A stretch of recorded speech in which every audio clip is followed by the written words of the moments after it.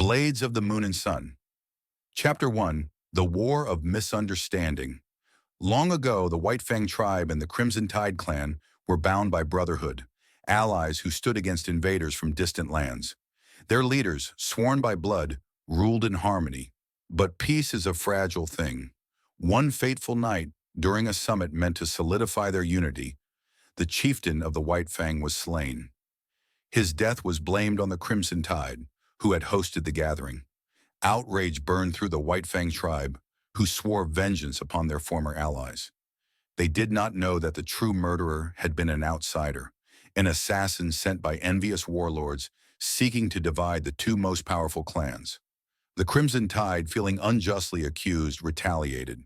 War erupted, a conflict fueled by grief and misunderstanding.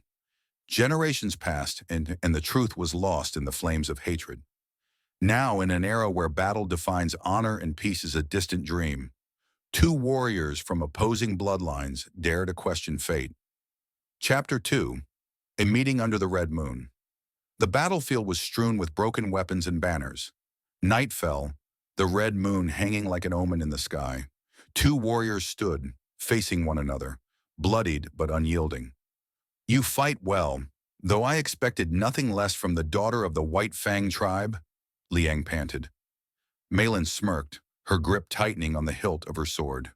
"And you, for a son of the Crimson Tide, have yet to make me yield." They circled each other warily, swords glinting in the moonlight. The distant sounds of battle faded into silence, leaving only the whisper of the wind between them. Liang lowered his sword slightly. "Must we always be enemies?" Meilin narrowed her eyes. "Our tribes have warred for generations. Would you end it with a single question?" "Perhaps not a question, but an action." He extended his hand, eyes filled with something unfamiliar. "Hope."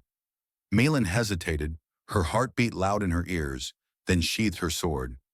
"You are reckless, Crimson Warrior, but I would rather speak with you than kill you tonight."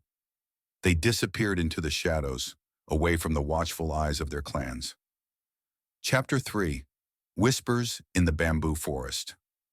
A hidden glade lay deep within a bamboo forest, untouched by the war that ravaged the lands. Moonlight filtered through the leaves, casting dappled light on the two warriors who now sat beside a small stream, their armor set aside for the first time in their lives. Meilin traced patterns in the water. "Do you remember a time before the war?" "I was raised with a sword in hand. Peace was never an option," Liang replied. "Nor for me. My brother trains our warriors to hate yours. And my uncle tells me the White Fang are nothing but shadows waiting to strike." Meilin looked up, her voice softer. "But here we are, neither of us monsters." Liang's voice was gentle. "No, just two warriors bound by fate and family grudges. But what if we chose something else?" Meilin studied his face, wondering if the path he spoke of was truly possible. The weight of their ancestors pressed heavily upon them, yet in the quiet of the forest, the thought of a different future did not seem so distant. A rustling in the trees made them jump to their feet, hands on their weapons. Shen, Meilin's older brother, stepped out, his face dark with fury. "Sister, what is this betrayal?" Meilin's voice was firm. "It is not betrayal to seek understanding," Shen scoffed. "You dishonor our father's name by consorting with an enemy." Liang stepped forward. "I am no enemy to her, nor to the peace we could build." Shen unsheathed his sword. "The only peace between our tribes is found in death." Meilin blocked her brother's blade before it could reach Liang. Tension thickened in the air. "If you must fight him, you fight me too." Shen hesitated, looking into his sister's resolute eyes before turning away, disgusted. "If our father knew of this, he would cast you out. Beware, sister. Your path leads only to ruin." He disappeared into the darkness. Meilin exhaled shakily, and Liang placed a hand on her shoulder. "Are you willing to defy your family for this? For us?" Liang asked softly. Meilin met his gaze. "If the stars decree it so, then let them guide me." Chapter 4. The Betrayal of Blood. The White Fang's stronghold loomed around Meilin as she knelt before her father, head bowed as Shen's accusations rang through the chamber. She consorts with the enemy. She shames our ancestors, Shen cried. Her father's voice was heavy. Is this true, Meilin? I have met with Liang, yes, and I have seen the man behind the warrior. He is not the demon we were taught to hate. Her father slammed his fist down. Foolish girl, love does not change the river's course of blood. You will not see him again. Meilin raised her head. Then I leave. Gasps rippled through the court. Her father's eyes darkened. If you walk out those doors, you are no daughter of mine. Silence fell. Meilin stood, heart heavy but mind made up. She turned and walked away. Chapter 5. The Crimson Cage. In the Crimson Tide Fortress, Liang knelt before his uncle, bound in chains.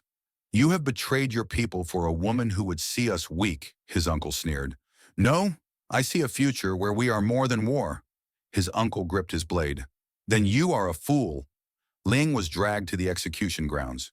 Hidden in the crowd, Meilin watched in horror. Chapter 6. Blades of the moon and sun torches flickered across the execution ground. Meilin burst onto the stage, cutting Liang's bonds with a single stroke. We leave together, she cried. Liang gripped her hand. Always. They fought side by side, cutting through those who would separate them.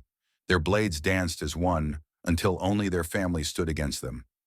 Meilin's father's voice wavered. Do you truly choose him over us? Meilin held her head high. I choose love over hatred. Liang's uncle's voice was cold. Then you choose death. 100 archers drew their bows. Meilin and Liang stood, unafraid, hands intertwined. They charged together. Arrows flew. The moon wept red. Chapter 7.